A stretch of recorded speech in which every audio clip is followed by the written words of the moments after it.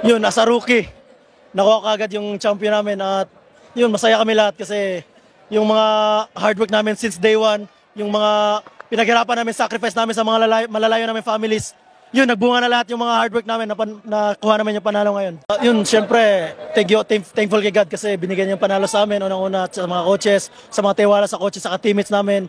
And second one is yung preparation ko, pinagandaan ko talaga tong game na to. Nag-shooting ako ng maayos, nag-rest para makuha namin yung panalo. Una-una sa tanan, salamat kayo sa suporta sa Liloan Cebu, Yati Liloan Cebu, sa akong family. Salamat kayo, niari sila. Si Mama Papa niari sa Manila para lang matanaw sa duwa karon niya. Salamat kayo, giyampayan mo siya agad niya. Yung mga kaibigan ko dyan sa Cebu, kita-kits tayo soon. Yung akong uyab, amping dia, family sa akong uyab. Salamat kayo, amping mo na, Perme.